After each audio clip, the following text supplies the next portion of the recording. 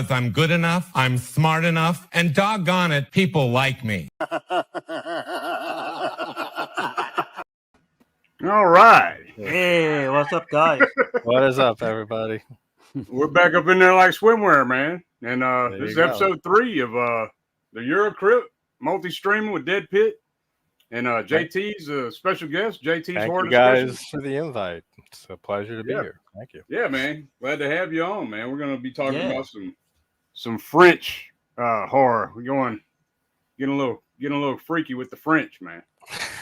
Absolutely. So real fucking out there with the French. Really Like usual.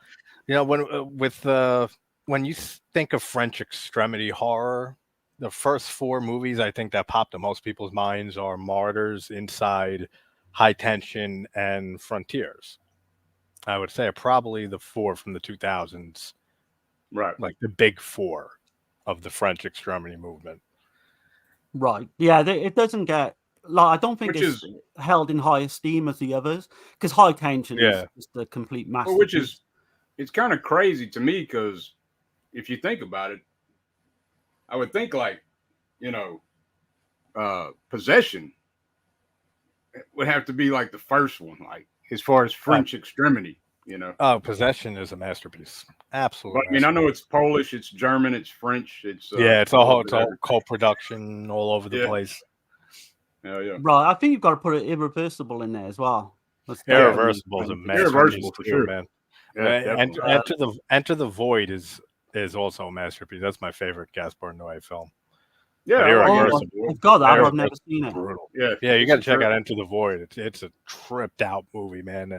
Neon colors all over the place, and plays into the Book of the Dead and stuff like that. Like you see, really cool stuff. Somebody's spirit, basically after they died, hovering like a around, first person. Shit. Like it's crazy. Yeah.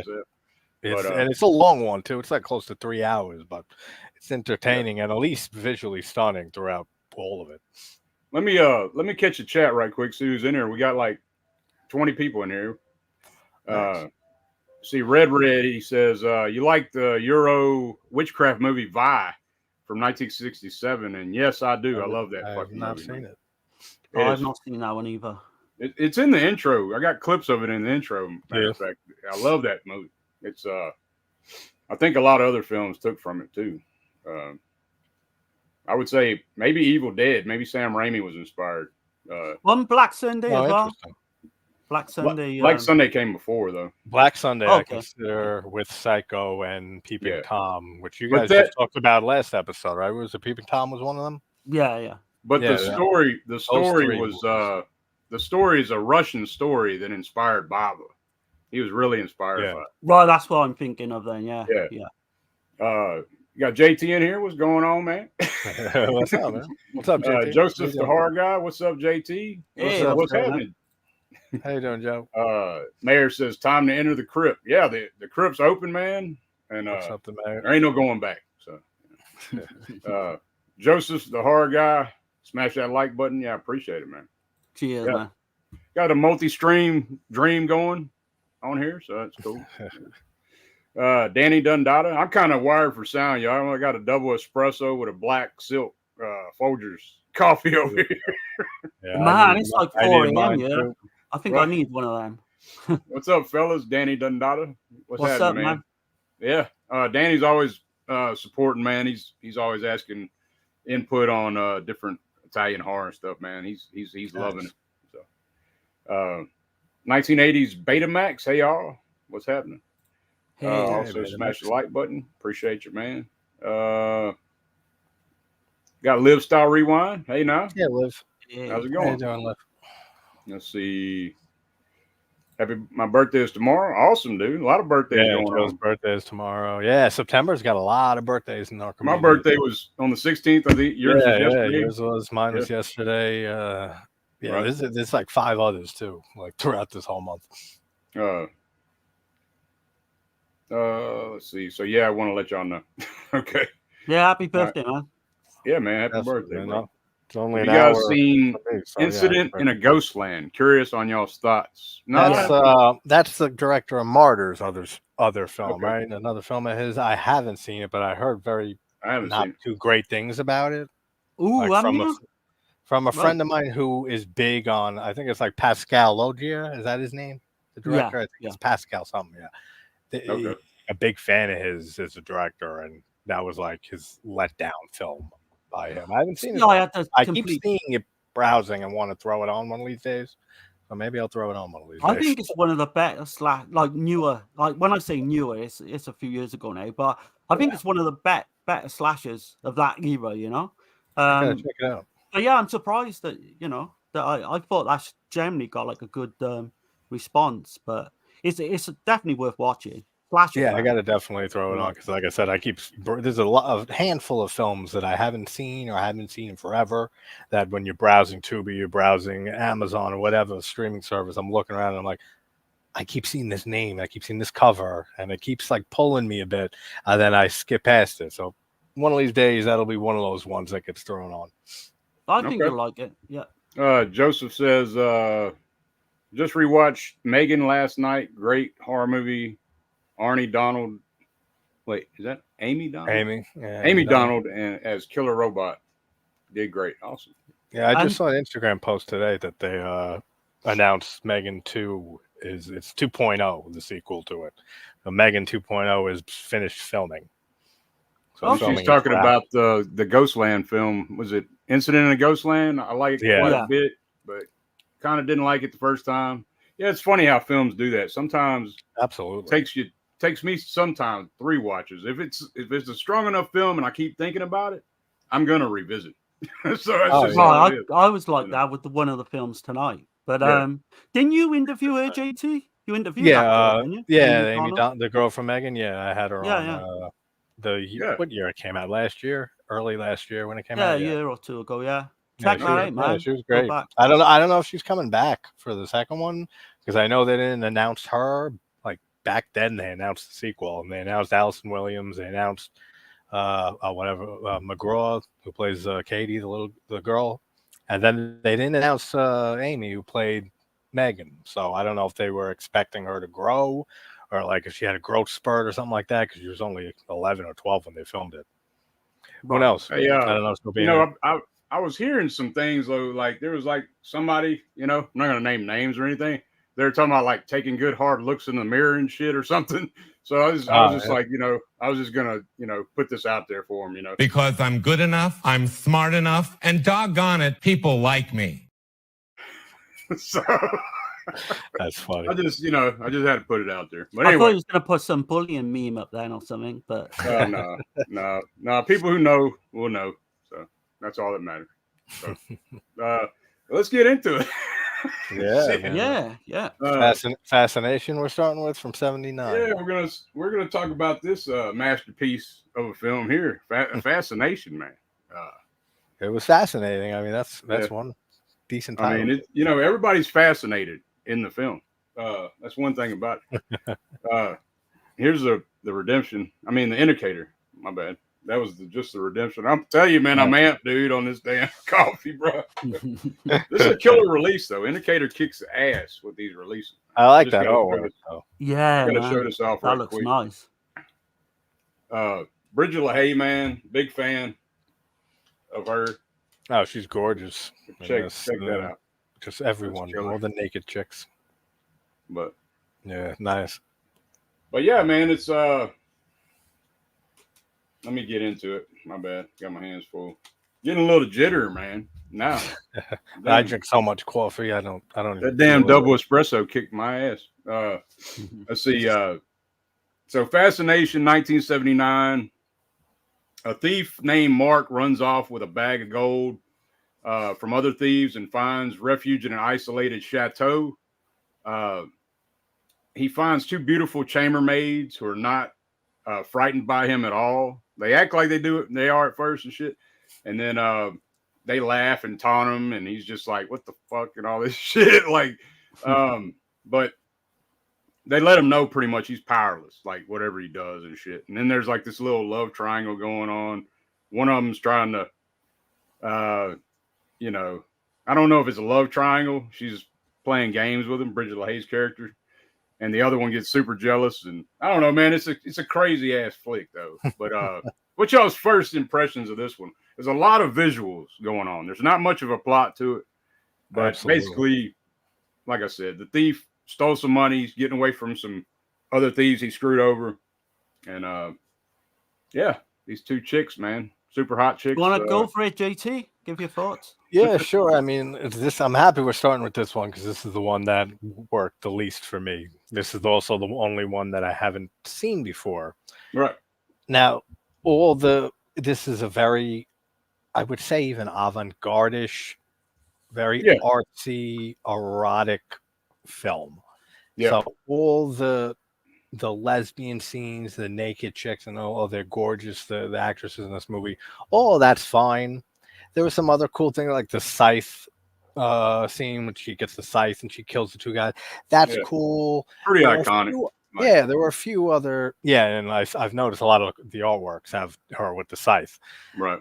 And it makes sense because it was some of the best scenes in the movie. It was too slow for me. It was meandering here and there for me. It definitely has a unique atmosphere and a unique look to it, the cinematography and everything. The score was pretty good too. And that castle, man, that's the setting adds to it. It adds that little gothic flavor to it. Right. I don't know. I just couldn't get into it fully, this one. Okay. What do you think, Darren? What do you think? Pretty much, echoing what JT says there. I did like, it's quite creepy. The atmosphere is great. The whole setting, 1905, I think you said it was. All the costume design, perfect, But there's just not enough of a story there, I was kind of losing a little bit of interest, and then the lesbian scene come on, and it kind of like, I kind of opened my eyes up a little bit more. And Bridget LaHaye, what can you say? Every single actress in this is, really hot for the time. Right. But I just think it's kind of a mix between softcore porn and horror. And I'd have liked it to have gone either way and just concentrated on one thing. But again, it's slow. It's hard to kind of get It is very slow, but it's like it's mood and atmosphere and visuals. And and the story's kind of spoon-fed to you as well from the opening scene where they're drinking ox blood. I don't want to give too much drinking away. ox blood. And that's another thing I need to touch on. This is like basically a group. Like, we don't know. I'm not going to spoil the film because anybody hadn't seen it. Yeah. But you see some weird shit at the very beginning. It takes like at the first scene, they're in like an abattoir, like a slaughterhouse. And you see like this woman just in white in the middle of this fucking blood mess everywhere. It's like it is a cool opening shot. It is a great opening shot. And they're drinking blood and shit, and that shit with the super close up, the chick's putting blood all over her lips and shit. I don't know, man. I dig it, man. I dig John Rowland, but I know he's not for everybody. This might not be the one, but if you have you seen Grapes of Death? I would definitely like to check out more of his films. Okay. Have you seen Grapes of Death, JT? No, I haven't. Okay. Check that one. Try that one. Yeah, I think you'd probably like that one more. I did like that one. So, Dirk, would you put this one over Grapes of Death then? No. Okay. Yeah. No, that makes sense. It's a very interesting movie, that first watch of it. It's avant-garde in a way that I wouldn't be running back to watch again versus, say, Jodorowsky's like Santa Sangre, which I think is a masterpiece. And that's also very avant-garde and out there, and a lot of just weird shit happening for almost the sake of just being weird. But that's like an avant-garde-ish type movie I can watch anytime versus this kind of film where it just didn't. It's a very slow pace. That. Yeah, it's very slow paced. It's deliberately slow paced, I believe. Yeah. And even for a slow burn movie, which I hate that term, slow burn, but it's a 70s film, which is pretty much paced like most 70s horror films are back then. But the atmosphere is good throughout. Yeah, he based his story off of. There's a book called Nightmares of an Ether Drinker. Great. So like that's such a great title. And the author's name is Jean Lorraine. It's a pseudonym for Paul Alexander. He's like from think he's from the 1800s though, and so he based it off of that. He just changed a few things as far as a secret society. There's a secret society in this film. It's an homage to vampire films in a way. Oh yeah, for sure. But I would say this is more realistic than like a vampire film. If vampirism was real, this would be it's like, kind of got a more realistic element to it. I do think it's not as fantastical as the idea of vampires. No bats, usually are, and no turning into bats and shit. And exactly. If But Al it's was here, chain of command. You notice the chain of command later, like throughout the society of women. It's the high society, isn't it? And it's the poor man. It's definitely that story. I know it gets told a lot. Yeah, that's definitely what he was trying to get to. And it kind of flips a couple things on his head, though. It does the men aren't in control in this film, in a way, Yeah. But it's kind of crazy. But I thought the guy who plays, trying to think of his name there, Mark. I thought he did a good job, the blonde guy.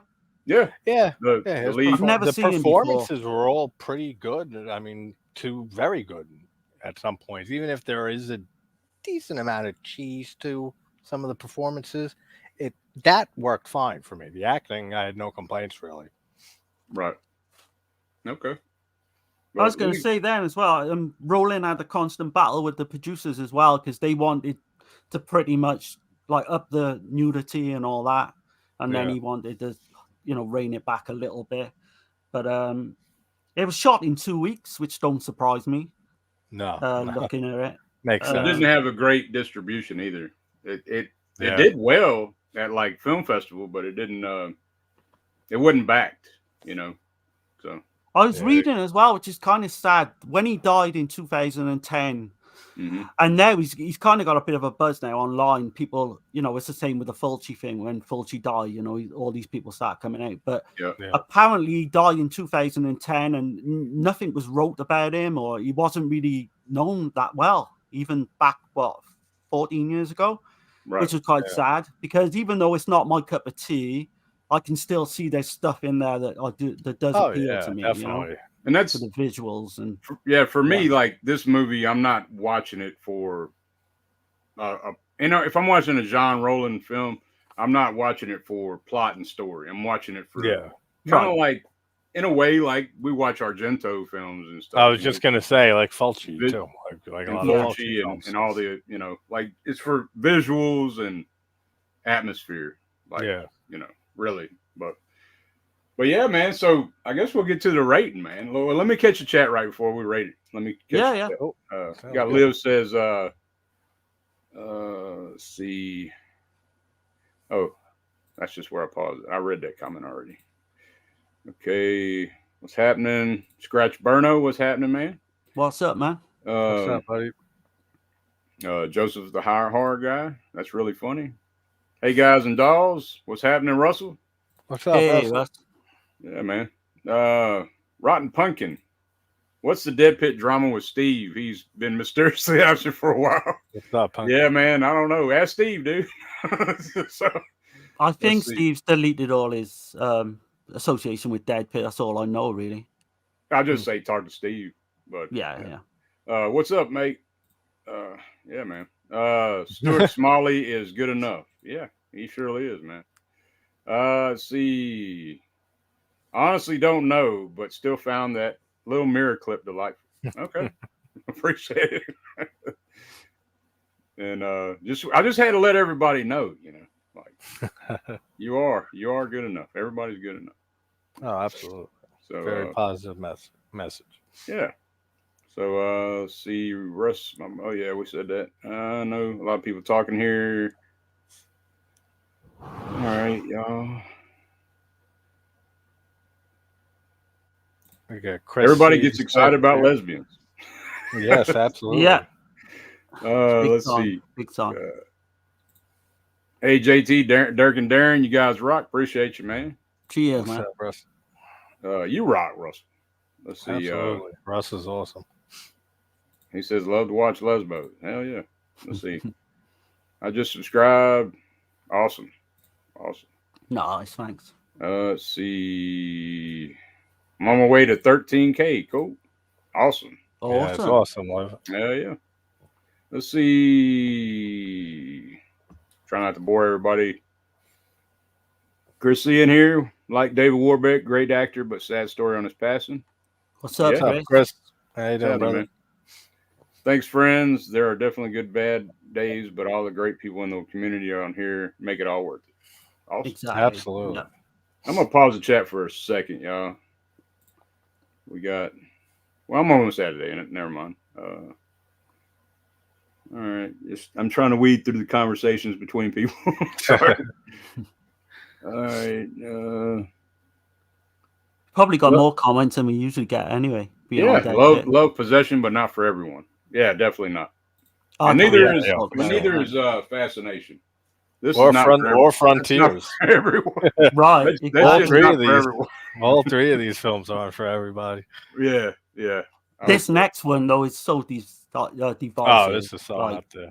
Yeah. I hope we covered it good enough. I mean, there ain't a whole lot to it without spoiling the film. Yeah, it's hard to write. Like I said, basically correct. There's no plot really. It's like you got to see it, and I think it's you got to experience. And I don't even think half people are gonna love it, half people are gonna hate it. I think it's gonna be like 30% of people are gonna love it, and then I can see 70% probably won't. Definitely give it a chance, though. Everybody listening, even if me and Darren didn't care for it that much, definitely it's worth at least watching it once and experiencing the film once. Yeah. Sure. The Wild Guy says, "Hey, Dirk, what's up, Johnny? JT, Rollin is great for atmosphere, colors, and Les. There you go, the big three. Only French Extreme I have seen is High Tension. Oh shit, yeah, man, there's a ton. Man, yeah, there's 5 or 6 amazing films. Mayor says I still need to delve more into Rollin's filmography. I've only seen The Living Dead Girl. Oh man, that's a good one. It's a damn good one. If that's the only one you've seen, that's a damn good one. Let's see. Appreciate you 3 dudes talking about cool movies. Appreciate you. Of course. Yeah. Definitely. All right, Chris C. is the last comment. I'm going to pause the chat. Let's see. I love films like Possession. It's like a fever dream. Lynch and Cronenberg hit me differently. Yeah. Yeah. Pretty much. That's a good description of it. I mean, these next 2 films, like, there's loads you can talk about with these. Oh, yeah. Absolutely. Yes. Yeah. It kind of blew me away. I don't want to give too much away, but I'll let Dirk take the lead on this one because this is like, one of his, I know JT as well is one of your favorites, isn't it? Yeah, it's not my favorite 40 films, but if I were to narrow it down to horror films or like best horror films, this would definitely be in the top 40 list. Okay, we got to rate Fascination though. I know I didn't we didn't go too deep into Fascination, but I don't think I can without, like I said, if you like vampire type atmosphere, no straight spoon-fed story, I mean, it kind of is, but it kind of ain't. It's like there's some ambiguous shit in there too. It's hard to talk about this movie without spoiling it, like you said. But what do y'all rate it? What do you rate it, JT?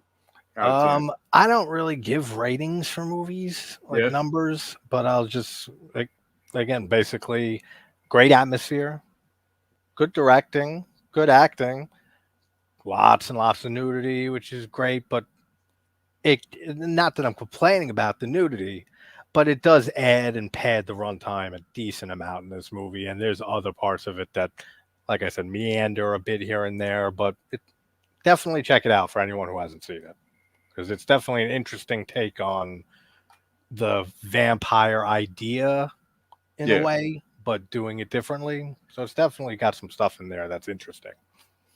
Okay. Yeah, for me, I'd say it's a 4 out of 10 at best. Okay. And I think that's me being generous as well. A 4 out of 10? Okay. Yeah, I did go back, obviously, watch it twice because I usually take notes on the second time. Right. And it just stayed the same, really, from what I first thought. Right. Just not my thing. Just not my cup of tea, basically. Okay. Well, it is my bottle of Jack, so I give it a 7 out of 10. So nice. Okay. So I don't know, man. A lot of this, I just I'm a mark for that kind of shit. So that's good, man. The But run anyway. time's only like 80 odd minutes as well. So It's not a big rather- run time. It's definitely slow as hell, but I dig it, man. But not everything's gonna hit for everybody the same, you know. right. But yeah, man. I guess we'll get into. Let me catch up with the comments before we get into possession right quick. Yeah, we got a few other people Yeah. hopped in. Let's see. Joseph the Hard Guy. My sister want me to watch the original, The Night of the Living Dead. Yeah, I'd say watch it if you've never seen it. Absolutely. Yeah, definitely watch that. Let's see. I've gotten way into Gothic horror as of late. I love this shit. If it's vamp, I am in. Cool. Hell yeah. Yeah, Chris likes all the Hammer stuff as well. Big. Yeah, I could see Chris enjoying this a little more than I did. Yeah. Okay, so we're gonna get into 1981's Possession by Andrew Zalowski, and man, this is a film that you want to like. Say you want to say you got divorced from your wife, and you want to like rekindle your marriage. You want to get married again. Let's show this to her. You know, y'all make it a date night. You know? Let's try to make this thing work again.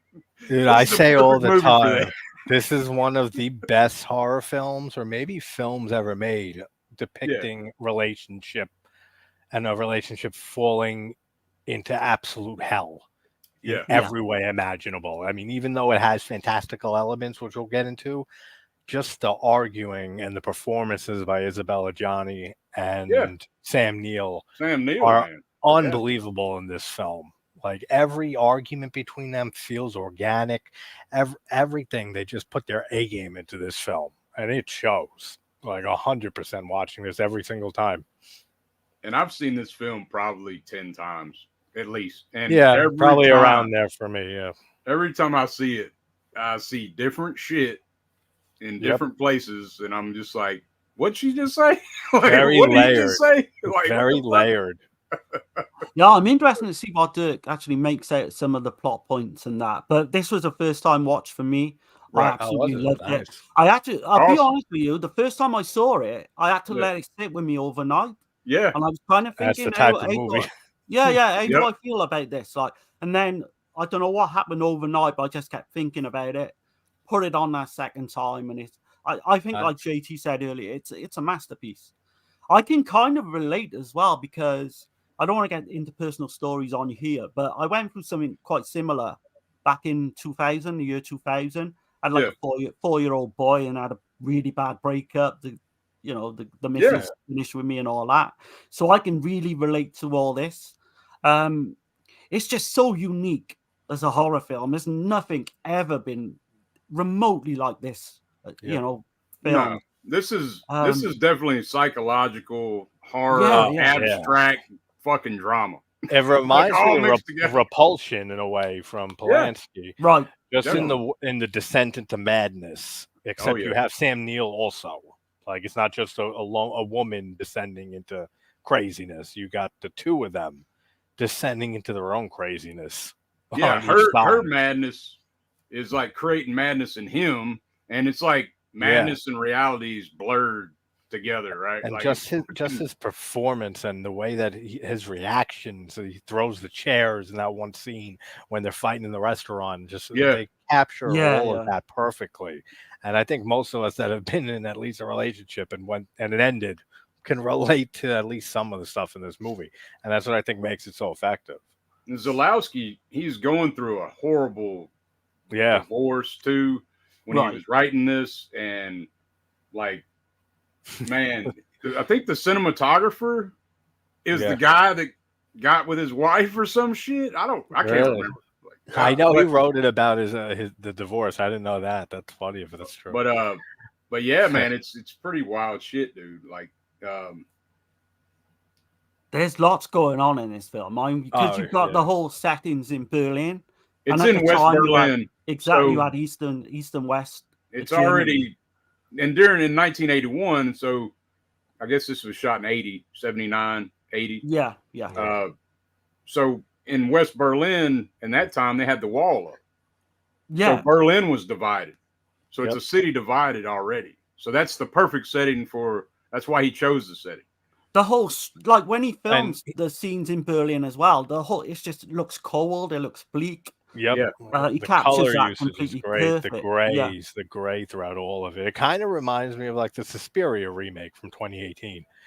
And luckily it's also in Berlin. But that gray, all the gray to it, except for when it starts getting out there and we see weird ass shit, that's when it brings some more color into it. Have y'all seen the U.S. movie? Have you seen the U.S. cut of this film? I'm not sure. I just watched the longest version. Okay, the U.S. cut's like 40 minutes was cut, and Really? they hyped it up and they added score to certain scenes. They made it sound more like The Omen and shit. And like the scene, I'd be interested to check it out just to check it out. Right. But 40 minutes cut, man, you're doing yourself a disservice. Yeah, you got to check the director's cut out. Absolutely. It's like but like you say, with the cast is amazing. I think Isabella Adjani, she was quite a big name at the time. Yeah. And she was so traumatized in the one scene, because we'll talk a little bit later on probably, but there's one scene with the whole miscarriage. Oh, you want to see that right quick? I got a clip of that, by the way. Go for it. I'll go ahead and show it. Her performance is unreal. I kind of had to edit it because I can't show the whole scene, right? Yeah. But I went ahead and edited it. It's about less than a minute. So here we go. Yeah.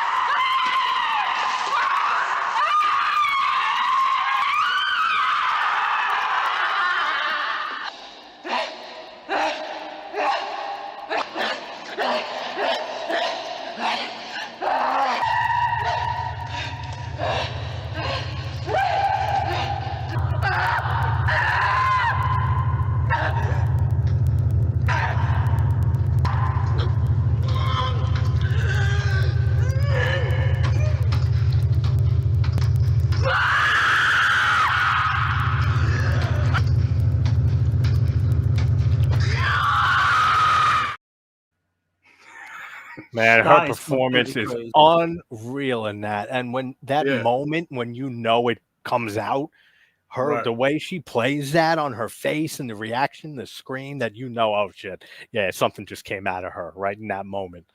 Unbelievable work. Like unreal acting. I think she described it as emotional pornography, and that scene, after the film was done, because I think they shot that scene fairly late as well, as it is in the film, that she actually took an attempt to take her own life. It's been documented. People say they're not sure 100% if it's accurate, but they think it was due to this film, basically. It's the emotional. Sam Neill said that it was hell going through filming this movie. Sam Neill said in an interview that they're surprised that they made it through filming this. That's what Zalowski was trying to capture. He because I know a lot of people like with this film. I think you'll either love it or hate it. I think there's no in between with this. I don't think there is. but going into like the way he was. What Zalowski said though is he was trying to show emotion. Through a lot. Through everything you're seeing, instead of putting it in words, he was showing like raw emotion of shit that he was feeling going through his divorce and shit. He was putting it into the screen and the script and it's like, man, there's a lot of metaphors in here. So there's some things I don't think you're supposed to take literal, like when you see it, Yeah. I think it's like a transformation kind of thing happening with the characters. It's a 2-hour film, and it don't feel like half of that. It doesn't. Yeah, it goes by quick. It's a very fast-paced movie for the most part. So just diving into a little bit with the story. So you've got this guy. Is he like a spy? I think. Yeah, he's like an intelligence officer. Yeah. And he basically comes off this spying mission or what have you. And he finds out that his wife wants to leave him. They got a very young boy. And then he kind of like works out then that Heinrich, has been sending her kind of postcards. And, because at first he asked her, is it somebody else? And she's like, no, there's nobody else. They always say no, He has to dig through her shit and finds that little postcard from Heinrich. Yeah. And Heinrich is a guy that she's been fucking around on him with. that, everything he's not is in this other guy. And, right. And he actually said there was the other guy in their marriage, his real life marriage was like Heinrich. He was another Heinrich, he completely based that on him as well. But this guy comes into it and he beats Mark up. I know. I was going to say, but he's not really, Mark's the one that's aggressive. Yeah, he's just. I love how he picks him up after he knocks him down, like headbutts him or hits him. He picks him up. He's trying to hold his head back and stuff, and Mark's still fighting against him. Like, everything you don't, both sides. Yeah, everything you don't want to hear too, right? Yeah, he's asking her all these questions, and she's just like, "Yes, he's better in bed," and like things things we've all asked, but we don't want the answers to. But for some reason, we twistedly do. Yeah, they capture that perfectly, also in this movie. Yeah, man. There's something about Germans as well, which we'll come on to in the last film. Like, they kind of scare me. I don't know why. Right? Big Nazi thing and all that, but that Henrik, he's just as good as the main two actors in this. Oh, he completely nails it. And he turns up, doesn't he, at Mark's place? Is he like stoned or is he drunk or something? But he's just like, he's fucked up on something. Yeah, in that bathroom scene. Like, yeah. Oh, yeah. You talking about Heinrich? When he kills him, Heinrich. Yeah, Heinrich is he's always on something though. Like he's all into enlightenment and shit. Yeah, like new age type shit. Yeah. And he's he's the one that's forcing, Ajani's character to be into God. Because he's kind of letting, like, subliminally, he's opening her up. Like without putting any kind of constraints on her. Like Mark, she feels trapped with Mark or whatever, right? Yeah. Right. With this guy, he's like, I just let you do what you want and all this shit, and he lives with his mother as well, which is quite strange. Right. And I think he's got like a wife and another and then he asks, Mark says, like, your mother lives here? Is she here when you're fucking Anna? He's like, well, of course. Again, the way he responds is great. We just go, of course. Like, there's nothing wrong with that or anything. Yeah. Like, he just says, yeah, of course. Like, where else will we fuck? If you look at Mark, though, he's kind of fucked up too, though, man. Because because he's like, he could just stay gone forever, and he leaves his wife and kid, and then when he gets back, like, he's not really worried about his son until, he realizes she's leaving his ass. But it takes him a while to be selfish as fuck. He kind of turns the tables. He turns the tables at one point where he's like not even bothered. He says to her, like, you've just become ugly to me. Yeah, you're vulgar. I don't know if it's reverse psychology or what have you, but he was still trying to get her back, I think. Yeah.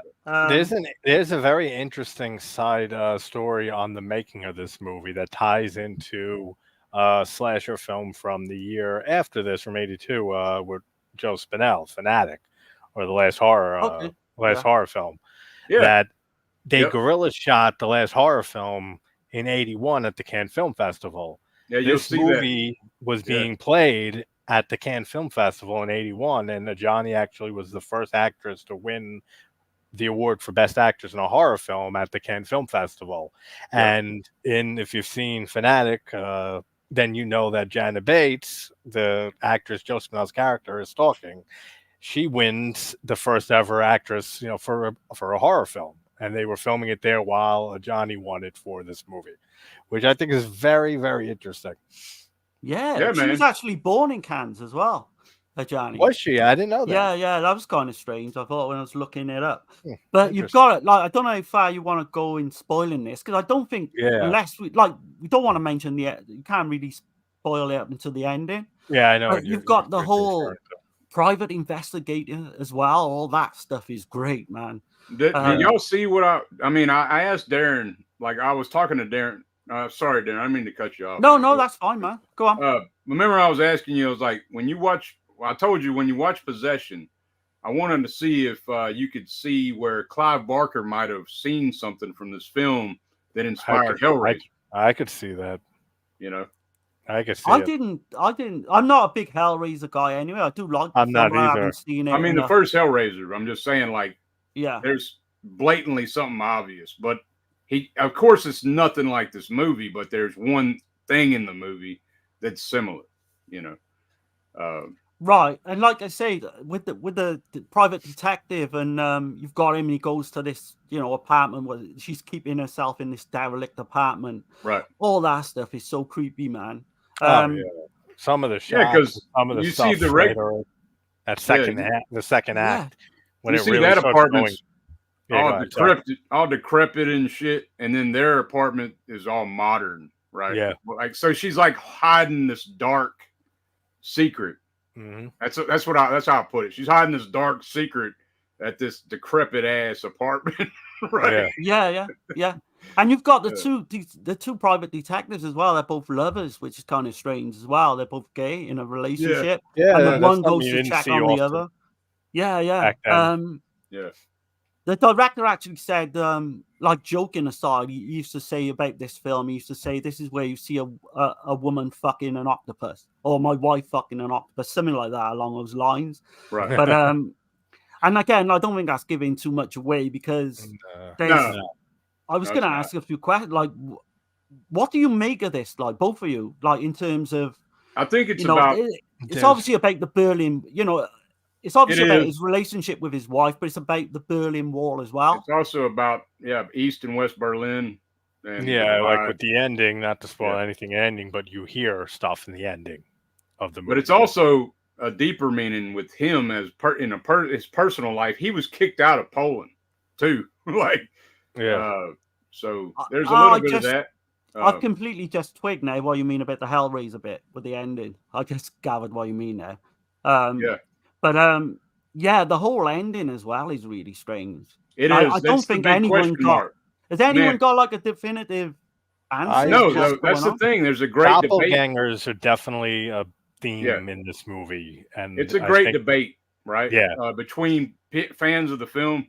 Like, I've heard so many theories on this shit, but one of my takes would be like, so Mark. The doppelgangers of Mark and Anna are the way that Mark and Anna would love them to be, right? Yep. Okay. But it's not. But you see what happens. I'm not going to ruin the movie, but you see what happens to them. But then I mean, we're kind of spoiling it a little bit with doppelganger shit. But I mean, we got to say as well, they both play dual roles, which there's superb. some very subtle things that are said, like if you blink, you'll miss it, kind of thing. Like, absolutely. Where Anna says, "My faith didn't allow me to wait for chance, and chance didn't give me enough faith. Goodness is only a reflection upon evil." And then she's talking about two sisters of faith and chance, right? Yeah. So she's one of the sisters, and the other is the other sister. I don't know. There's so many ways to look at this shit, though. I know. And what about the subway scene? Like, do you think, can you read anything into that as well? I know obviously it's like an abortion kind of thing, or not abortion, but a miscarriage. Is it though? Because look, it could be cleansing herself, shedding her skin to turn into a new, new version of herself, for lack of a better term.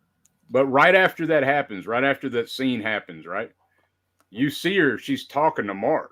Like, she just told him what happened. Yeah, she relays that story to him. Right? Yeah. So what if she birthed something right then? Like, I looked at it that way this time around. I was like, because I never looked at it this way. What if she had just, like, because we didn't see the end of the scene, but what if she just gave birth to something else? And I kind of think it's like an inner evil, because you hear her talking about how much of a piece of shit she is, how immoral she is, and all this shit too. But you get what I'm saying? Like that one thing we keep talking about. I think it's like metaphorically speaking. Yeah. So it's basically, is that creature just in her head? I think that's her. Yeah? Her. That's evil. one interpretation. I would say, but I don't know which way I lean towards it. I mean, you can take this movie as, and that's another thing about this movie. That's what's so great about it.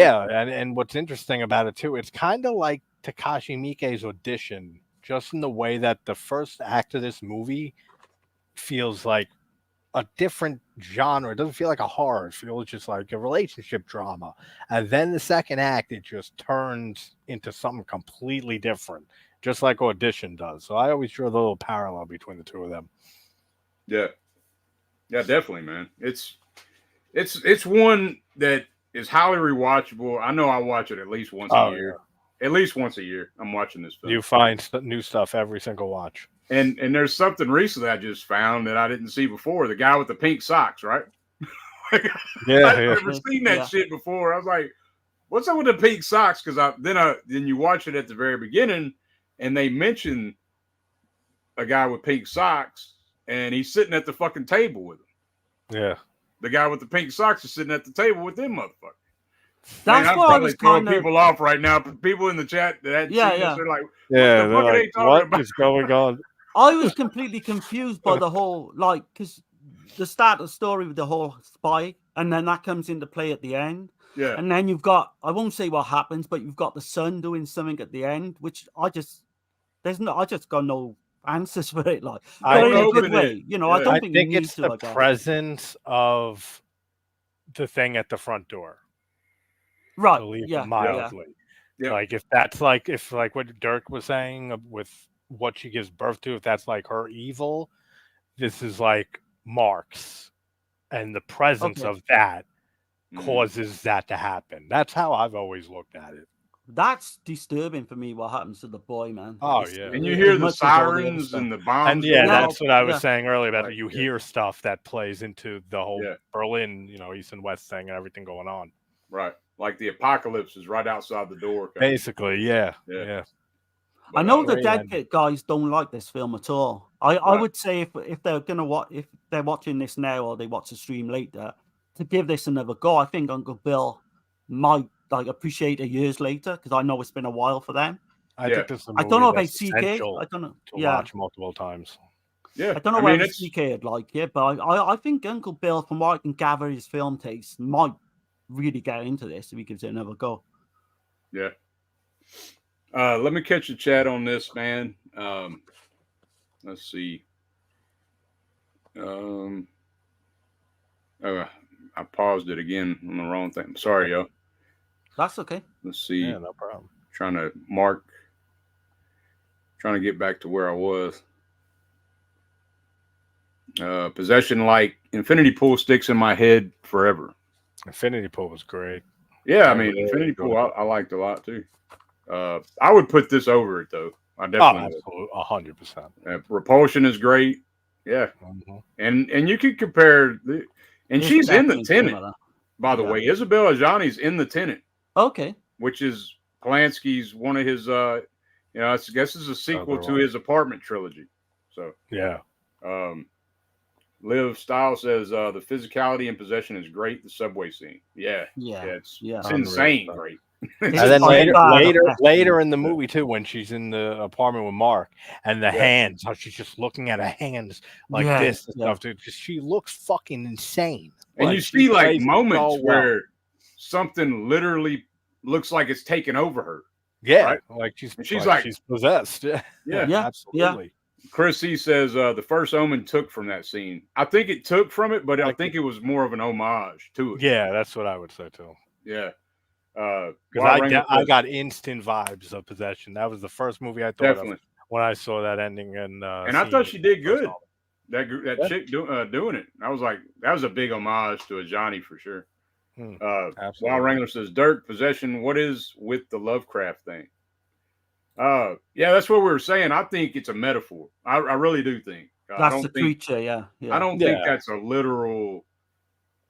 I mean, you could look at it on face value and just take it at face value as just this Lovecraftian tale, but there's definitely so many layers to this movie. But that whole scene when he walks in and he sees his wife making love to like an octopus, I suppose you could say. But it's like, it's crazy. But then it's like he sees something too. And then it's like he's changing from seeing it. Because everybody that sees it, they all seem like they're fucking repulsed or right. Yeah. Or, you know what I'm saying? Like it is classic Lovecraft. Like they can't comprehend what they see. Like the mind doesn't accept it. It's like, how can you walk in seeing your wife with that? That's fucking insane. She I was says, reading as well. She basically did this film. Sorry, Dirk. She That's did this okay. film because she tried to get into the mainstream, Yeah. into Hollywood and all that, but it failed Yeah. for her. I think she did a Walter Hill film not long after this, and it kind of, didn't do very well. Go on, Dirk. Sorry, go on. it's okay. Liv Style says, have you guys ever listened to Isabella Johnny's music? It's quite nice. I never No, I had. never No, checked it out. no, I didn't know But she I was would a check it out. I would check it out for sure. Oh yeah. I mean, if it's any indication, She's or acting amazing, talent. man. Highly underrated. Highly underrated. yeah. I think her performance kind of reminds me a little bit of Shelley Duvall in The Shining as well, like just madness and just a crazy. Honestly, I would. like, you know. My opinion, I would say this is even better than Duvall's performance in The Shining. Yeah, I can't. I think so. I Yeah, can't I think argue with that. I can't argue with that at all. Joseph the hard guy says, I've never seen Hellraiser. Oh wow. Yeah, man. Get on that. Yeah. I can see what you mean there, though, when you say it is kind of similar. Like back, I've definitely seen this film. Oh No yeah. denying that. No denying it. Liv Style says, Subjective Perspective Collective, you're one sub away from 420. Who's it going to be? I appreciate that. Just subscribe, Dirk. Appreciate you, man. Let's see. I will subscribe. Nice. They are their children. That's another way you can look at it in a theory that I've heard over the years. Yeah, because it's like, to me, it's their projection, like of what they want the other one to be, of what they want the other one to be. Yeah. Let's see. Okay, guys, I am glad I stopped by and say hello. JT, Derek, Dirk, and friends. I'm glad I hang out with you guys. Have a good night. I should watch this movie. It is something I need to watch. Definitely. I'd say. Yeah, I highly recommend Have it. a good night, Joe. Yeah, man. Have a good Have night. a good one, brother. Anytime. Okay. The mayor CK is not a fan of Sam Neill, so take what you will from that. Yeah. Oh, I love Sam Neill. And Sam Neill, man, he's been in some bangers. You got to think of In the Mouth of Madness. Yeah, In the Event Mouth of Horizon. Madness. Jurassic Park. Omen 3. Yeah. Yeah. Dead Calm. 1989's Dead Calm. Yeah, love that film. Shit. Yeah. That's when there's people another one, Sleeping Dogs. I haven't seen it. Sleeping Dogs. From 1977. I need to check it out. I got it over here. But Bava's on a movie that came out years later? Or am I thinking of something else? No, that's Rabbit That's Dogs. Rabbit Yeah. Dogs. That's what. That's like So many Rabbit Dogs. fucking movies with Rabbit Dogs. Blank dogs. Yeah. Liv says, I kind of put it comparable to Hereditary with the complicated relationships and how fucked up they both are. Yeah. Okay. See that? Yep. Definitely. Yep. It's on the same kind of level. Yeah. Yeah. I don't trust anyone that doesn't like Sam Neill. That's like saying you don't like Robin Williams or something. So CK ain't watching. Possessions. Oh, man. Really? I thought I was gonna have that. Yeah, I can't believe it. absolutely see it. I can see people, like we said. I can see, man. Divisive movie. I'm not gonna rule out other people's opinions and shit, you know. But I wondered now by that comment whether they've just seen it once though. I would go back and give it another go. This is one like Dirk said, you can watch 20. I say this. If you have a fucking really bad breakup, watch this motherfucking movie. Yeah. Tell me how you feel about it. Absolutely. I mean, we got to mention as well, Carlo Rambaldi did the special effects. Oh yeah. And he wasn't the first guy. Apparently, because he worked on Ridley Scott's Alien, so that's how they got him for this film. But H.R. Geiger was going to do it, and then he kind of had another project come up, and he kind of he said about Rambaldi. Amazing special effects as well. Can you believe the creature? Can you believe this movie good. bombed? Yeah. At the box office though, in the U.S. I mean, I can believe it, knowing that. I can from the U.S. cut though, because exactly. They cut 40 minutes. They added all this weird shit. Yeah, like, you don't know what the hell's going on. They make Sam Neill's eyes glow when he looks at the creature, and they add little omen sounds and shit in it, and I don't know, man. It just don't work, man. It don't work. I'd say check it out if you're curious. Just check out Yeah, the that's US what I title. may do just to check it out after being so used to the originals for so long. Right, but it man. So it was a 2.4 million budget, and it only made 1.1 million in the US. Damn. So I can see that though. I can see people wouldn't want to sit down for like 2 hours. Some people. well, I mean, more in the so, US, more so nowadays though. But it was under an hour 20 though. right, Yeah, and like you say, everything all this cut. good stuff was probably cut anyway. And I mean, you cut 10 minutes out of this film, and you're missing shit. Exactly. Let alone 40 minutes. Yeah, but that's what's so weird about the film. It's 2 hours, and it just every scene there's something connected to every scene, and I was on the edge of my seat. You know, I was just gobsmacked. It just completely blew me away. Yeah, I'm glad, man, because I didn't know how you can react off. to it. Yeah, once it every takes so often off, you will it takes get. off. Right. Oh man, it's just so good. It's so good. Liv Style says, "Laugh out loud. This and Midsummer for the perfect breakup double feature." I completely agree. That would be that's a good call. Damn good call. Yeah. Yeah. Speaking of that, I got a little something. The Brood is another favorite relation. Excuse me. What's going on?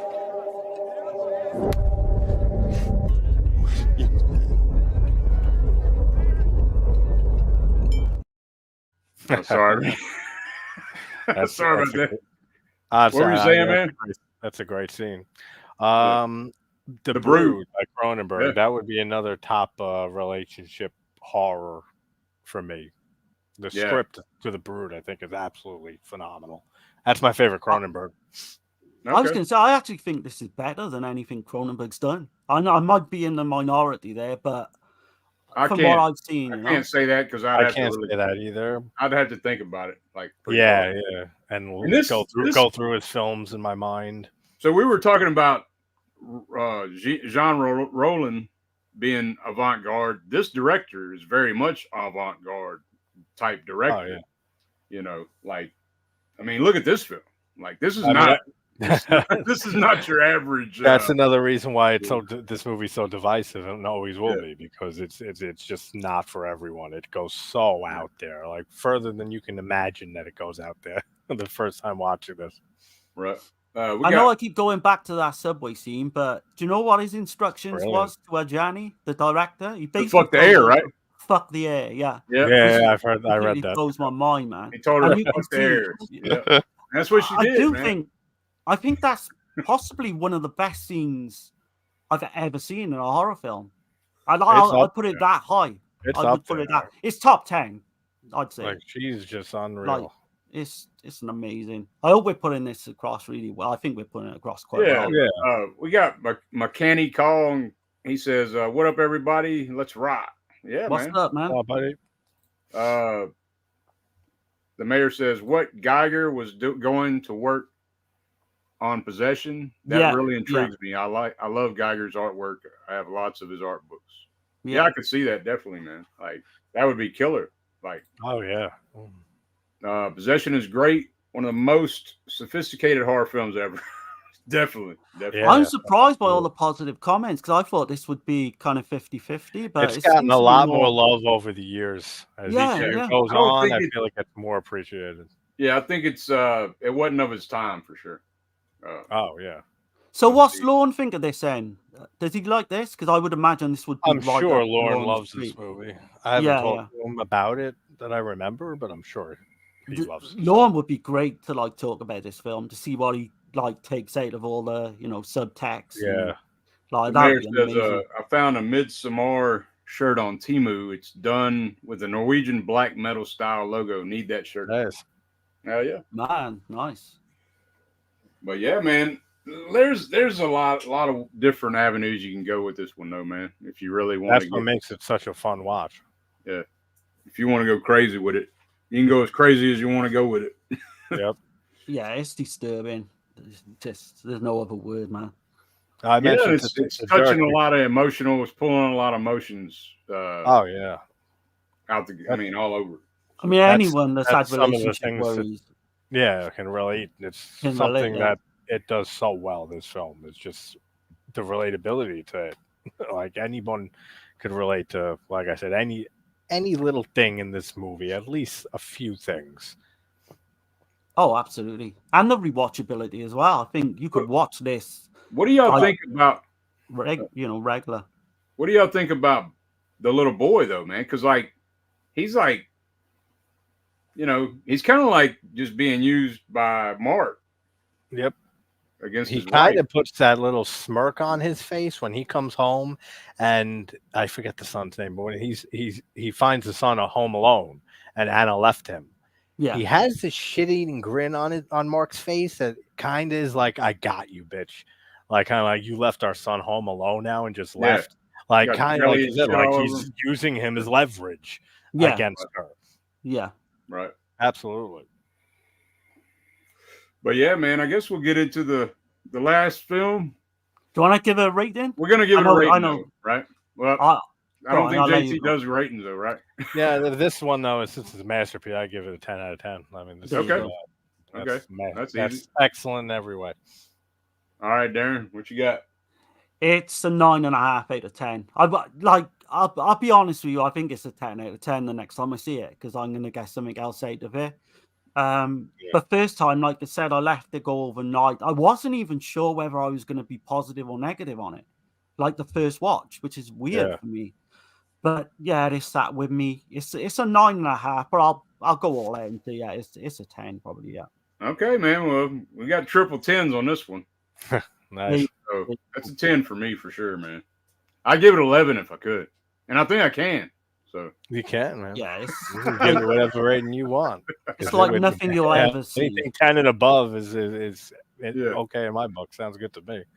Yeah, man. It's one that always, there's still question marks. There's still so much that's got. Yeah, it leaves it ambiguous enough that you can have conversations like this about it, which is one thing I love about certain movies like this that are just ambiguous enough. They give enough breadcrumbs, just like a lot of Lynch stuff, enough to give you some answers, but create 1,000 questions too at the same time. And then the answers you get lead to more questions. Exactly. It's just a rabbit hole. So I was going to say that as well. I think if David Lynch had done this film, it would be a lot more, highly regarded. I think, and Cronenberg as well, because this goes under the radar. It did for me for a long time. I'd always wanted to see it, but I never had that excuse. And I've always heard that it's so far out there and all this. But I'm so glad now. It's probably become one of my personal favorites. I'm glad you enjoyed it, man. I'm glad too, man. I wasn't expecting you to give it a 10 for sure, but I loved it. Absolutely. I wasn't sure how it was going to land for you because I'm like that with you on the last one. You never know with that movie with Possession. Right. Because I mentioned about doing the last one we're going to mention in a bit, and I'm not sure if Dirk's going to like it. I think he is, but we'll see. And I'm about to let you have the floor with that. Yeah. So Chris says 9.5 out of 10. Impressive, Darren. Yeah, that's good for me. Give it a 10. You give it a 10 though, right? I did go back and give it a 10 on top. Okay. Yeah. A lot of love for unanimous 81. The best horror films always leave me with questions. Yes, definitely. Exactly. Yeah, because when something's spoon fed to you, I don't think it's as rewatchable. Yeah, and it's so unrewarding too. Yeah, it's so unrewarding. But yeah, we've all got different insights into it as well, which is good. Yeah. Which I think it's a testament to how that movie's written and layered and made, and all the metaphor and symbolic stuff in it. Yeah, to me, I might think different.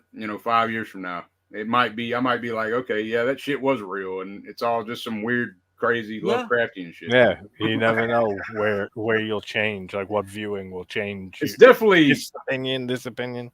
One thing I didn't mention that I needed to mention though before we move on to Frontiers, I think it's definitely going into the abyss. She goes into the abyss within herself. Yeah, is what I like. And then he does too. He kind of goes into his own. She created some. Anyway, we'll get off of it now. Sorry, but that's cool, man. Yeah. You can talk this movie forever. Yeah, man, for sure. But yeah, man, we're gonna get into Frontiers 2007, and So this is French Extreme at its best for me. Nice. And hold on, let me see that. Is that After It's only Dark? the DVD. I need to get that new release out. Right. The UK one, second side. I After think. Dark Horror Fest, because this is supposed to be one of the 8 films to die for in 2007. It is, yeah. Yeah. Which Nice. this kind of went under the radar for a bit as well, because a lot of those films were pretty hit or miss. Yeah. Mhm. And this never gets talked about with the likes of like High Tension. I don't think it's as good as High Tension, but it's not far No. away. It's only like a little bit below. But what I would say with this film, the way to describe it is like the French Texas Chainsaw Massacre. I think that sums it up perfectly. Well, But you've got go on. I just want to say, when you said that, and I started watching it, and I was like, okay, this kind of feels like House of a Thousand Corpses. And then Hostel also. Hostel. Was another Big one, Hostel vibes in this. Yeah, movie. Yeah. big time. And then it starts feeling like TCM too. And then, yeah, but sorry, man, I didn't mean to cut you That's off. no. So you've got a great performance. Like you've got Karina Testa. She plays Yasmin. Amazing performance. One of the best kind of, I know don't want to give too much away, but one of the best kind of final girls you'll see, I think. So you've got basically the opening. There's a lot of like political unrest in Paris. You've got like the far right and all the kind of what would you say, kind of just mayhem going on everywhere. There's people are doing robberies, and then we kind of hone in on this gang. They've just done this robbery. It's one female and 4 other guys, I think it is. And they're all like Arabian. They're They're Muslim. Yeah. Muslim. Yeah. Because there's a big thing about the Jewish like coming into it a little bit later on, but Right. yeah, Like there's the presidential candidate right at the beginning. There's like a right. very far right candidate Far that's right, going yeah. up for re-election. So there's civil unrest and stuff. Yeah. And that comes into play in the end as well. But so you've got, they kind of have this shootout, early on. Yasmin's brother's with this gang and he gets shot, and then they take him to hospital, and there's a whole bit where she escapes. But they go to this really creepy like kind of inn where they stumble across this weird family. The 2 guys go on early, because they've got the money and they're trying to trying to break up a little bit so they don't make it too obvious. It's kind of near the border, I think, of France. And then it just descends into, like you say, like Texas Chainsaw Massacre. It's just crazy, some of the shit that goes on in this. There's frigging just... Because early on, you've got the 2 boys that get seduced by the 2 females of this family. And then they kind of bring more members of the family into it as it goes.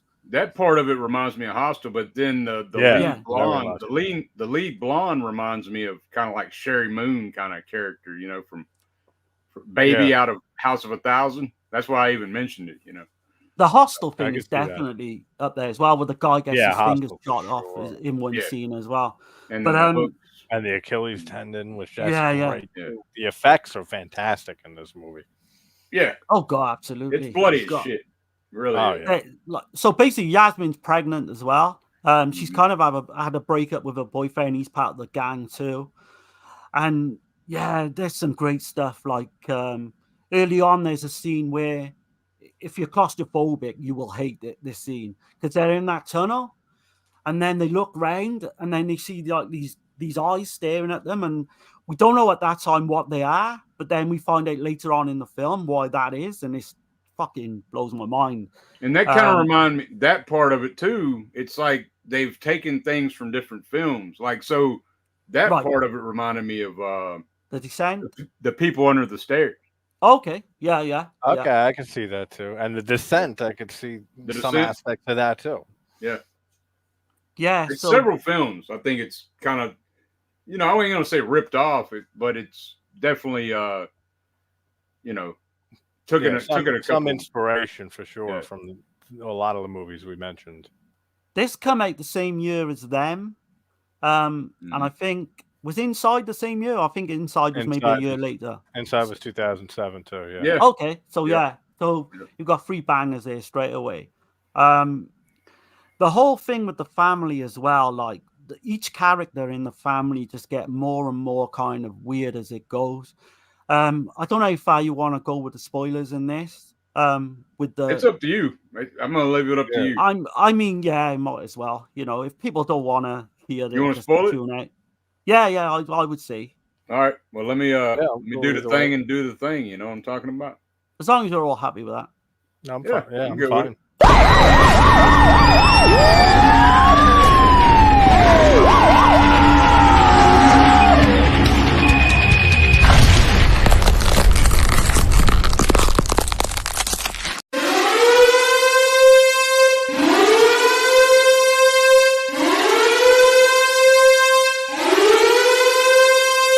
They smell like a pile of bullshit! Well, nobody can complain about getting the movie spoiled now. So yeah, two of the gang, the two boys who turn up first, like they get killed off pretty early on, Yeah. But what Jasmine sees when they follow her and her ex-boyfriend, they follow on, and they start to see clues in what's going on with the pictures. There's a Nazi picture of this guy in the photo. There's like discarded mobile phones and shit, and she's kind of like putting like the pieces of the puzzle together. But the actual family, the head of this family is basically a Nazi from World War II. I don't know how high ranked he was. Does it ever mention? I don't think it ever mentions. I don't know if they high-ranked he was. do, but I yeah, don't know if it does, but I know he. Family. Yeah, I don't know if it does, but I know he starts talking about back in the old days in the diamond mines in Africa and shit like that. It's like, what the hell is this guy talking about? I presume by the photo that he's kind of high, maybe one of the high-ranked officers in the SS. He is legit, like kind of frightening motherfucker, man. Oh yeah, he is superb. He did a great job in that role. I mean, all of them though in the cast. They all do great. Yeah, all the acting's great in this. But he's a creepy motherfucker, man. He's like, so like I said earlier, there's something about German people when they're portrayed, like that as well. But some of the stuff that happens in this film is just crazy in terms of gore and violence. You've got fingers being blown off. You've got people being burnt alive, like basically. That looks crazy. Yeah. That's that is fucking nuts, man. In the scene, there is a good scene where it's got the wannabe Leatherface guy. Yeah. He's got the two people chained up and he's like dragging their ass. That's a pretty damn good shot. I love that shit. There's a lot of cool visual stuff in this movie. Visual imagery that's disturbing as shit. Yeah, for sure. They get chained up, don't they? The two of them get chained up as well. And when she breaks free, you've got them all in like a herd of like pigs, like in a pig style. Yeah, the pigs everywhere. And I was thinking, like, is them pigs gonna eat them? That's what I was thinking, because I haven't seen this movie. We were saying backstage. I don't know if this was first watch. This is the first watch for you, Dirk, right? This is the first time I've seen it. Yeah, Darren, you've seen it though. Right? I've seen the other two. Yeah, I've seen it a few times. I haven't seen this in forever, so it was basically like mostly a blind watch. But yeah, all the pig stuff. I thought they were definitely going to be feeding some of these fuckers to the pigs. I thought body parts were going to be like a hostel. Like they were just going to feed body parts to the pigs. I'm glad in a way they didn't go down that route though, because I think this is more than like a hostel clone. Oh yeah, for sure. It's not just a hostel like clone. No, I mean there is a legit story, a better fleshed out story. I think the acting's a lot better. I'd agree. I think everybody does a great job acting, but I've been hearing a lot of people fucking hates this movie, and I'm just like, what the hell? I don't get that, man. Yeah, I don't know. I think it's definitely the most less talked about and less known and seen compared to like those bigger French Extremity 2000 films mentioned earlier, like Inside, Martyrs, High Tension, Irreversible, like Darren brought up also. We throw that in there. You don't hear Frontiers as much, and it's definitely one underseen by people. I think that's a shame as well. But I gotta mention the Achilles tendon scene as well. It's so brutal, dude. Man, that is because it's not like Hostel, like with that quick Achilles, because that also reminded me of Hostel too. Maybe the way they do it is so. Maybe I'm fucked up or something, man. But when I was watching that, maybe I'm fucking desensitized by now. But it didn't bother me as much. Oh man, I had to kind of. It used to bother me, that kind of shit. But I've seen Yeah. so much shit like that now. I'm just like, It's the fucking noise as well that it makes. The only Yeah. things that get me are fingernail stuff. Like in Texas Chainsaw 3, when he's being carried down the stairs, his nails break off against the wall, and like Ringu with Sadako coming up the well. Anything with nails, that shit gets me. Mostly anything else doesn't really, but for some reason the Achilles tendon, just because once it used to get that cut, you can't walk ever again. So It even used if to they got bother me. out of it, Yeah. it used to bother me, but I've seen it in several films, and yeah, I guess that's what it is. But we got is that Hoblone? yes. Does anyone understand Natter's Grave? Even the remake and exact copy never gave any clue. I'm not sure for that one. No, I don't know. I never saw it. Yep, the great ones stick with you, Chrissy said. Oh, Hobble Alone. I mentioned Nature's Grave. Nature's Grave. No, I've not heard of that. yeah, No, I'm not sure on that one. And then we got James Earl Cash Jr. What's up, Whoa, Cash CK and UB guys look different. He Saying said a lot. must be his heroin. Must be my heroin. That's funny. I misspelled. Never understood Nature's Grave, nor the remake. Did anyone get it? I don't know that film at all. No. Mechanic Kong, pigs will eat everything, including the bone. Yeah, definitely, man. Definitely. I mean, sorry, you got I that gnarly just wanna scene keep- in Hannibal with Oh Gary yeah, Oldman getting that's pushed what I into always the think boar of pit. when I think of. Yeah, me too. That's like the go-to pig eating scene, or boars, whatever the hell they are on that. So with the family as well now, so you've got the head guy is this German ex-SS guy, and they want to carry on the bloodline. So Yeah. because at first they don't realize that Jasmine's like pregnant, and then when they find out, you've got the whole thing with Eva, like kind I of like her befriends her. character. Yeah, man, she saves the character obviously. Yeah. But I won't give everything away, but there's a thing she does towards the end of the film, which is kind of like heroic as well. This Eva character. Mhm. But man, yeah, I hadn't seen it for a while, man, but I always known how much I love this film, and I just know that Dirk was gonna love it. I kind of apprehensive a little bit, but I thinking about it, I'm glad he did. JT, I think I've heard JT mention it as well on one of them. Yeah, this is definitely was a needed rewatch because, as Yeah, I said, I it's mean- been forever. But I mean, if talking all those other French films around the same era, I would probably put Martyrs and Inside at the top. Okay, Then I'd probably put this, then High Tension. I know you praised High Tension earlier, Darren. I have a weird relationship with that movie. The first time I saw it, I thought it was excellent. I still think it's mostly excellent, but the twist is fucking ridiculous. It doesn't make sense on rewatches. yeah, a lot of people say that because we covered Yeah. it fairly recently. Yeah, I I've heard it. absolutely love that. There's a little plot hole, but in it, Yeah, but the kills and everything in that movie are fucking insane. yeah, there's a couple Yeah, of plot holes gnarly. for sure. Yeah, Yeah. Them is another good one. That come out Them is recently, good. I mentioned Them is earlier. another one I haven't seen in years too. That's another one I have Man, to that's a rewatch. great film. I would This probably. one is not quite as good. Sorry, Dirk. I was going to say, go on. No, I was gonna say, like, for me, out of the French Extremity, one that always just I think about all the time. It's like, I mean, I can't watch it all the time. It's a hard fucking watch. Is that Irreversible? It's just one that Yeah. I don't know, man. I mean, you get a 10-minute rape scene That with scene Monica is- Bellucci. I mean, that Absolutely. it's hard to watch movies like that with that type of content in it. Yeah, Often, like you said, even though they do stick with you and you can recognize them as masterpiece films or excellent films and the way they're made and shot and everything, which all of Gaspar Noé's films I think are fucking just excellently shot. but the excellent good thing sound about that film, though, at least it has a happy ending. yeah, You know? yeah, in a way, Yeah. in a way. So, talking about the ending to this one, though, it's kind of ambiguous as well because we don't know what happens really. Yeah, to the no, character. Yeah, I was just leave your wondering, ass hanging. That's one thing that aggravated me a little bit with this kind of a film, with this kind of story.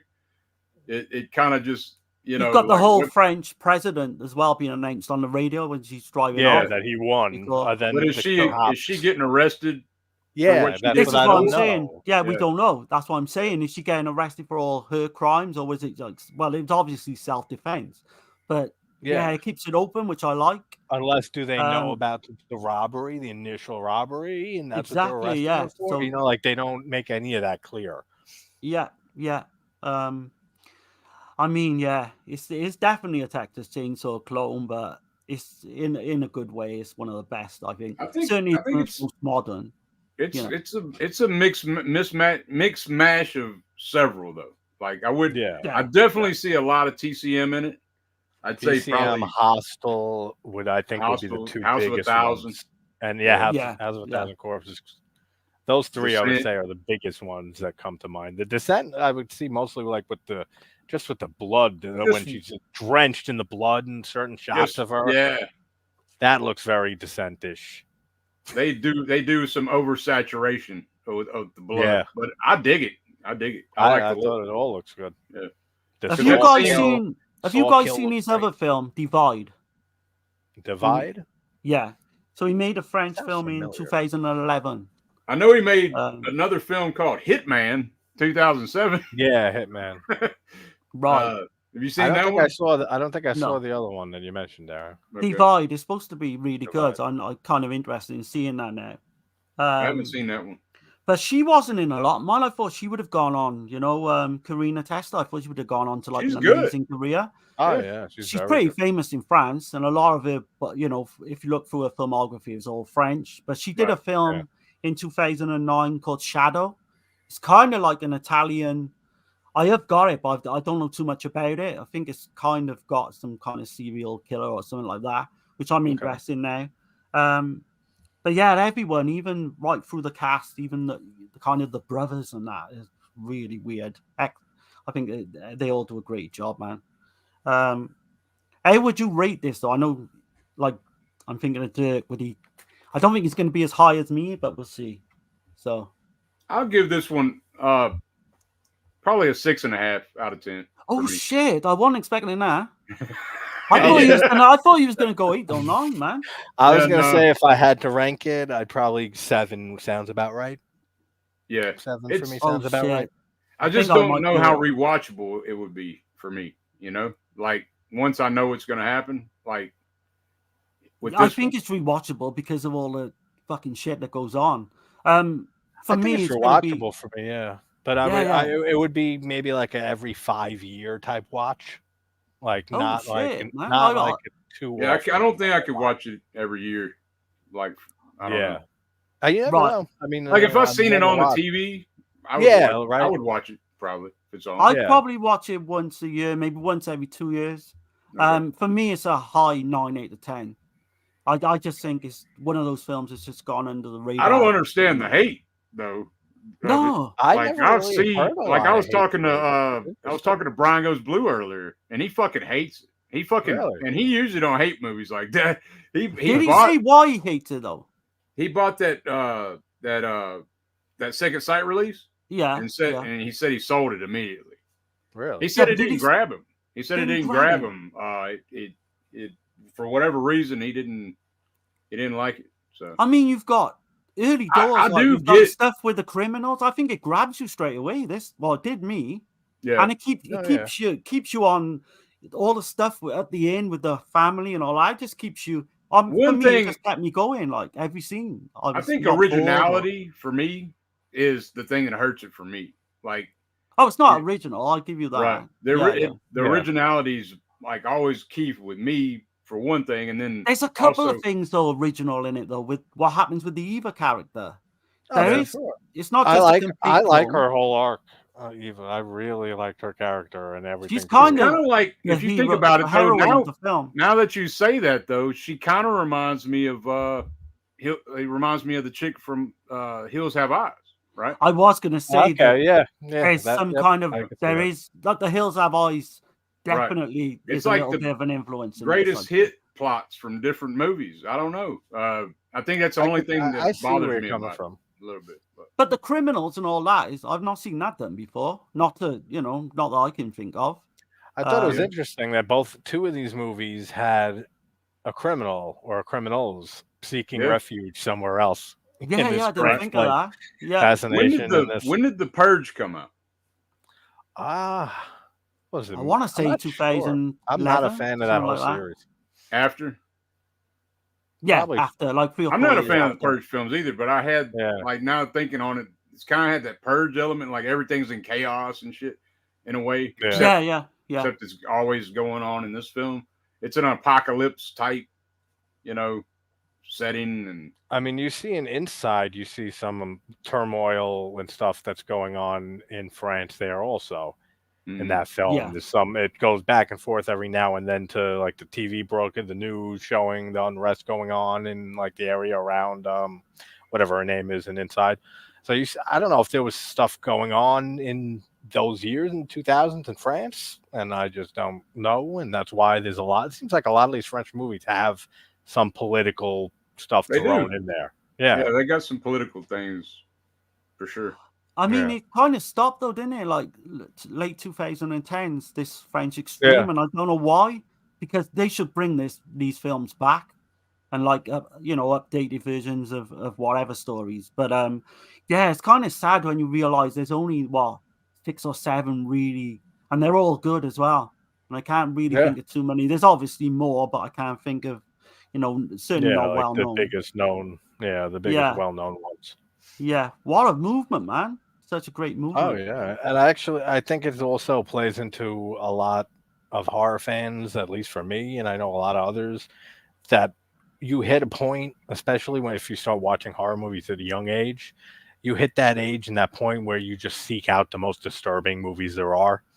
Like a Serbian film, and Salo, and then Irreversible. A lot of these movies are on that list also. So I think a lot of people, when they get into that phase with horror watching of wanting to see the real, like, controversial, really extreme films, I mean, most of these French films are on that list. And I think that's how a lot of people get exposed to these movies. Yeah, for sure. I wonder if Brian Goes Blue likes like the Hostel films then. I would imagine in Saw, and he's probably a fan of them. That kind of blows my mind when he says... It kind of is like Saw in a way too. Yeah.